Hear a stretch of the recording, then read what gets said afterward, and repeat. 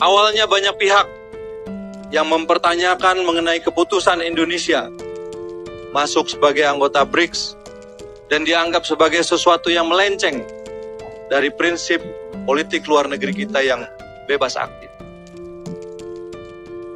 Namun justru sebaliknya, keanggotaan Indonesia di BRICS adalah merupakan wujud dari politik luar negeri Indonesia yang bebas aktif itu sendiri. Halo Sobat Nawikrama TV, tahukah Anda, beberapa hari yang lalu, Indonesia telah resmi menjadi anggota penuh BRICS. Nah, untuk mengetahui apa keuntungan bergabung dengan BRICS, tentu kita harus mengetahui kekuatan BRICS, mulai dari geopolitik, sumber daya alam, sumber daya manusia, dan lain-lain. Dengan begitu kita bisa melihat nilai tawar yang diberikan BRICS saat bernegosiasi dengan kelompok lainnya. Nah, tanpa banyak basa-basi yuk, kita bahas lebih dalam lagi. BRICS terdiri dari Brazil, Rusia, India, Cina, dan Afrika Selatan, bersama dengan anggota baru seperti Indonesia, Iran, Mesir, Ethiopia, dan Uni Emirat Arab. Kelompok ini semakin berkembang dengan 12 negara mitra atau negara yang saat ini berminat join, bergabung dengan BRICS, yaitu Aljazair, Belarus, Bolivia, Kuba, Kazakhstan, Malaysia, Nigeria, Thailand, Turki, Uganda, Uzbekistan, dan Vietnam. Peningkatan ini tentu saja memberikan tantangan yang serius bagi dominasi Barat, terutama untuk saingan utamanya yaitu kelompok G7. Sekilas terdengar lucu. Bagaimana G7 yang hanya terdiri dari 7 negara saja dibandingkan dengan belasan negara? Namun justru itu, ketidakpuasan terhadap ketidakseimbangan kekuatan ekonomi dan politik yang seringkali mendominasi lembaga internasional mendorong negara-negara berkembang untuk mencari alternatif lain. Atau dengan kata lain, BRICS lahir karena negara-negara berkembang ingin lepas dari dominasi atau monopoli negara maju. Nah, maka dari itu, BRICS hadir sebagai kekuatan penyeimbang dalam berbagai aspek, mulai dari pasar, ekonomi, sumber daya, hingga politik. Namun yang awalnya BRICS dibentuk untuk sebagai kekuatan penyeimbang, namun siapa sangka BRICS bukan hanya menjadi game changer, bahkan bisa mengubah dinamika global. Mengapa demikian? Karena BRICS memiliki populasi gabungan lebih dari 4 miliar jiwa, atau lebih dari 56% populasi manusia di muka bumi ini. Artinya kelompok ini memiliki pasar domestik yang masif, populasi besar, ini menciptakan permintaan yang tinggi untuk berbagai produk dan memperkuat posisi mereka sebagai kekuatan ekonomi global. Selain itu, dari segi sumber daya alam, BRICS menguasai sebagian besar cadangan strategis dunia. Jika dihitung atas negara anggota dan mitra BRICS, kelompok negara-negara ini menguasai sekitar 40% dari produksi minyak global. Jika mereka dapat bekerja sama dengan solid, maka dengan mudah akan mendikte harga minyak dunia, yang ujung-ujungnya akan berimbas pada dolar Amerika. Dalam kebijakan ekonomi moneter, kekuatan BRICS juga sangat amat mematikan.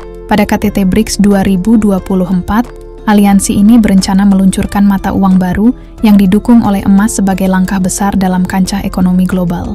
Nah, berdasarkan data survei Geologi Amerika Serikat, cadangan emas dunia saat ini hanya sekitar 59.000 ton.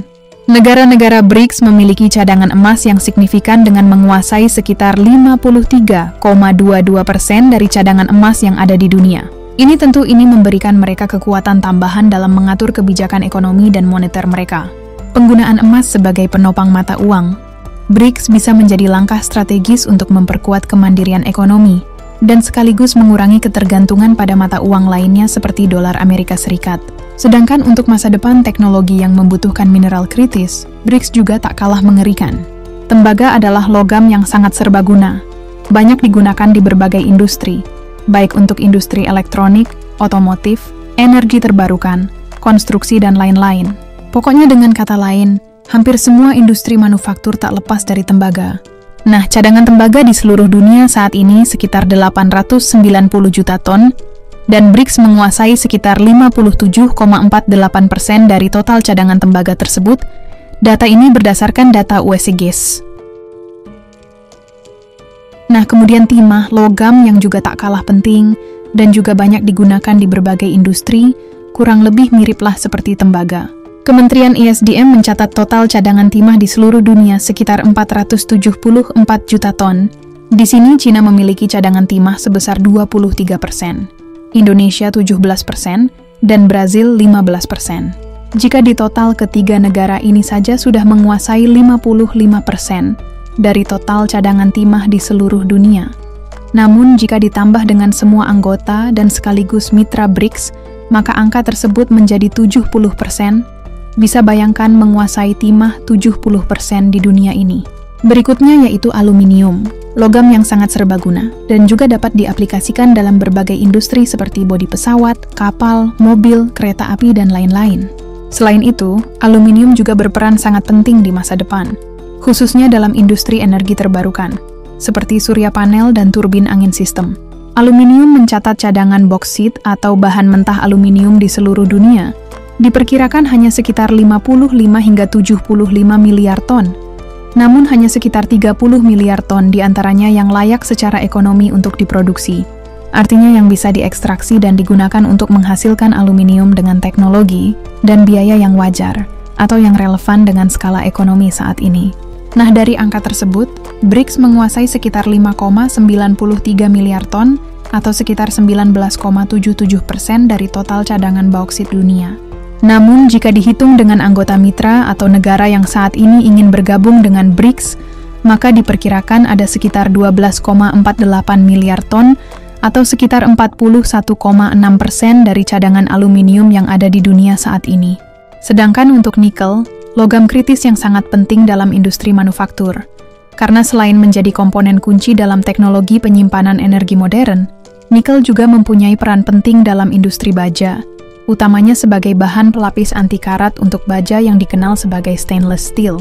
Nah, sekali lagi, dari data USGS atau Badan Survei Geologi Amerika Serikat mencatat bahwa cadangan nikel global pada tahun 2023 hanya sekitar 130 juta ton. Dari jumlah tersebut, negara-negara BRICS menguasai sekitar 70% dari total cadangan nikel dunia. Di sini, Indonesia memiliki kontribusi yang besar, yang menyimpan sekitar 45% dari cadangan nikel dunia. Bisa bayangkan Indonesia saja menyimpan 45% cadangan nikel dunia. Nah, yang terakhir yang tak kalah penting yaitu di sektor pangan atau pertanian, BRICS menyumbang porsi yang sangat signifikan dari ekspor 5 komoditas pertanian. Nilai total ekspor BRICS sekitar 730 miliar dolar, atau mencakup sekitar 40% dari nilai ekspor pertanian global. Tentu dengan Indonesia menjadi anggota resmi BRICS terdapat sejumlah potensi manfaat strategis yang dapat diraih dari negara-negara ini, baik dari segi ekonomi, geopolitik maupun pembangunan domestik. Pertama yaitu peningkatan akses pasar global yang menjangkau populasi lebih dari 4 miliar jiwa, atau sekitar 56% populasi dunia, sehingga Indonesia tidak lagi bergantung pada pasar Eropa. Yang kedua yaitu penguatan peran dalam ekonomi global. Indonesia dapat memanfaatkan posisi strategisnya sebagai salah satu negara dengan cadangan sumber daya alam terbesar, sehingga dapat memperkuat posisi Indonesia dalam rantai pasok untuk mineral kritis yang dibutuhkan di masa depan. Contohnya begini, jika Indonesia ingin membuat baterai mobil karena Indonesia tidak mempunyai litium, maka bisa impor ke negara Afrika Selatan, di mana negara tersebut juga merupakan anggota BRICS. Yang ketiga, diversifikasi arah kebijakan ekonomi sehingga Indonesia dapat mengurangi ketergantungan pada ekonomi dan sistem moneter berbasis dolar Amerika Serikat. Dukungan terhadap inisiatif mata uang Perikdi yang berbasis pada emas dapat memberikan stabilitas ekonomi Indonesia pada jangka panjang. Yang keempat, yaitu pengaruh geopolitik yang lebih besar. Dengan menjadi anggota resmi BRICS, Indonesia bisa memperkuat posisinya dalam percaturan geopolitik global. Keanggotaan ini memberikan platform bagi Indonesia untuk terlibat dalam pengambilan keputusan internasional, bro. Tetapi perlu diingat, meskipun peluang besar, juga terdapat tantangan yang besar. Indonesia juga harus mengantisipasi tantangan seperti perbedaan kepentingan dan potensi tekanan dari negara-negara maju, khususnya yang tergabung dalam G7. Kesimpulannya, keanggotaan Indonesia dalam BRICS tidak hanya memberikan keuntungan ekonomi melalui akses pasar, investasi dan penguasaan sumber daya, tetapi juga memperkuat posisi geopolitik Indonesia di tengah dinamika global yang terus berubah saat ini.